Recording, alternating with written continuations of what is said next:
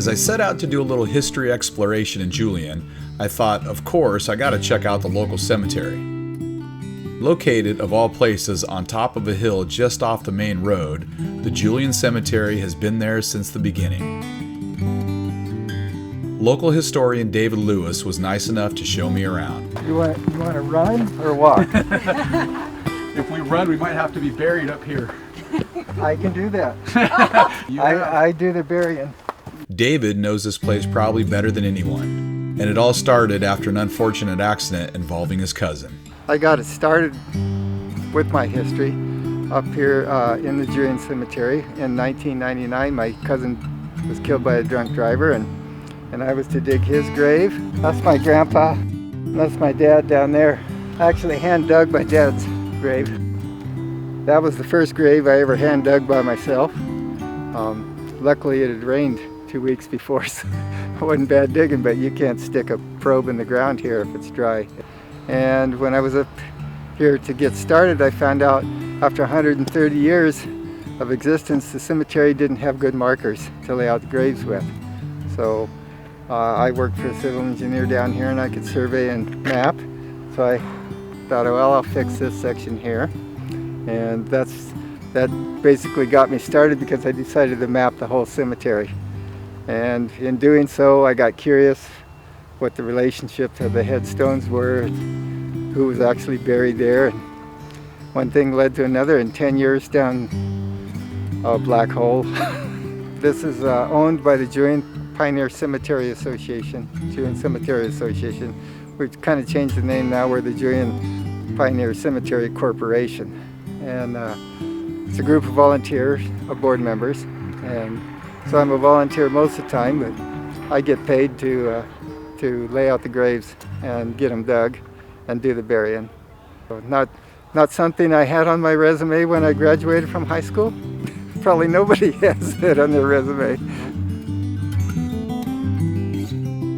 So we're in the Bailey family plot, the founding family. And this headstone over here is Drury Dobbins Bailey. That's the founder of the town, and his wife Annie Laurie. And this is Ida Wellington, Drury's daughter. And she is the first secretary of the cemetery. She got that job in 1922, and she held it until 1962 when she died. When they started the Cemetery Association in 1922, the first thing they decided to do was mark all the unmarked graves. Why were there unmarked graves? The first burial here was in November 1870. Nobody in charge of this place or keeping records until 1922, when they decided to do it. Supposedly they were going to build a hotel up here and plow under the graves. So the old timers said, no, we're not going to have that happen. They started the association. So like I say, the first order of business was to mark unmarked graves. So they got family members, a committee of people who thought they knew where people were buried, and they came up here and pointed them out. So all the little concrete headstones that you see in here, they each have a name and a number over on the left-hand side that correspond to a book that Ida kept.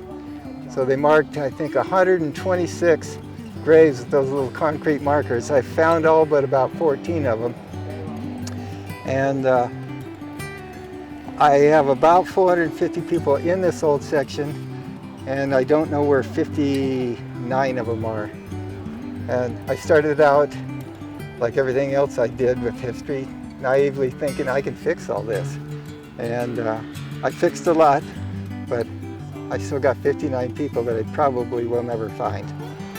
My research led me to this boy here, John Milton Brockman. Oh no, 14 years old at the time of his death. Luckily I found a history of his family in Orange County, Virginia. And they had told the story. The only thing they could add to what I knew was that he was buried on the spot. He was here cutting a tree with his dad, and the tree fell the wrong way and crushed and killed the boy. So buried on the spot. So there is a number right there at the tip of my finger, the number 8. And in Ida's records it says a boy the first. So John Milton Brockman the first. After that it was just, okay, he's buried here. People say, well, why would you put it up here on the top of the hill when you got all that nice flat ground, easy digging down there. These were miners. I don't think they gave it a second thought. That boy there, that's the Wolf Boy from Temecula in the records. And for me, growing up around here, having everybody having a nickname, I thought, boy, that poor kid, the Wolf Boy. What did he look like? Well, up here, Dick the Dauber could be a painter. Leaf mold Bali, gathered leaf mold and sold it. So that's why I thought, boy, poor kid, must have looked like a wolf. But he was actually, I'm pretty sure this, the son of Louis Wolf, a prominent store owner in Temecula. And he was up here and died. And the story goes that they were going to remove him after the winter. Well, they never did. And just like John Milton Brockman, his dad died 2 months later, so that was the end of removing him. Here's something pretty cool. Back in the day, Julian had several black families that played vital roles in the establishment of Julian, including Fred Coleman, America Newton, and Albert and Margaret Robinson. And David was able to find all their graves. And pretty much how I got started with doing the black history up here is I used to come up here sometimes 3 times a day and just look. And I was always surprised at what I'd see that I hadn't seen before. And I was walking one day, the sun was just coming up there, and I walked over here, and you can pretty much see it right now. There's A. Newton on that headstone. So, and it's got her marker number here. And I was told that blacks weren't allowed or to be buried in the cemetery. That was another assumption someone had made, like assumptions that I made that were in error, that couldn't have happened. That, you know, we've got a town started by Southerners.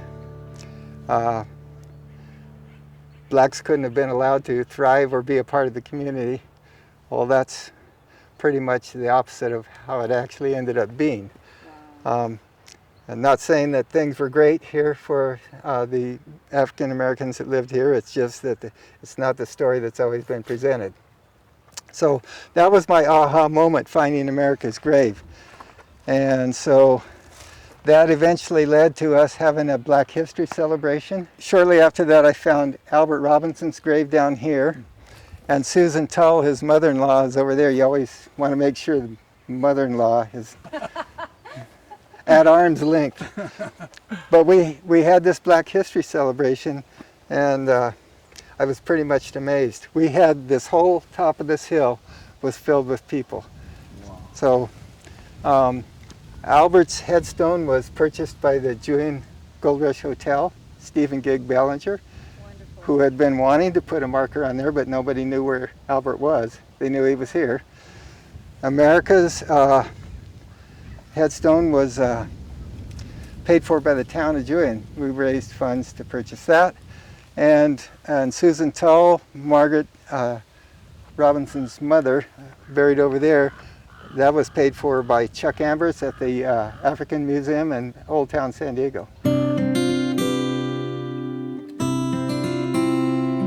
Do you know who Howdy Doody is? Of course. Howdy Doody was designed by that man down there, Robert Allen, Bob Allen. He had a graphics design firm, and Howdy Doody already existed, but he needed a facelift.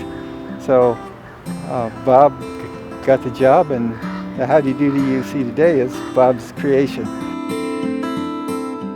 This is a family-made marker. This is the 1922 cemetery marker, but then this was eventually put up by the family. That's Cy Miller. He had a sawmill out here towards the foot of Alcan. Down there we've got Jesus Hoyos. He was a Mexican man who served in the Union Army during the Civil War, but he was called the Californio. He was a Mexican serving in the Union Army, and their job was to keep the Confederates from taking things of value back for the war effort. I counted up all the people I knew here once, probably 15 years ago, 20 years ago maybe, and I had 60 people that I I knew well enough to say hi and talk to. And I did it a while back. I'm up to 152. Pretty quick, I'm going to know more people in here than I do on the street. I must say, it might sound strange, but I find this place very peaceful. It was awesome walking around with David and hearing all the stories. It's amazing how much time and effort he's put forth to restore and establish the much-deserved respect for all those buried here. My time at the Julian Cemetery was well spent. If you've never been, you've got to check it out.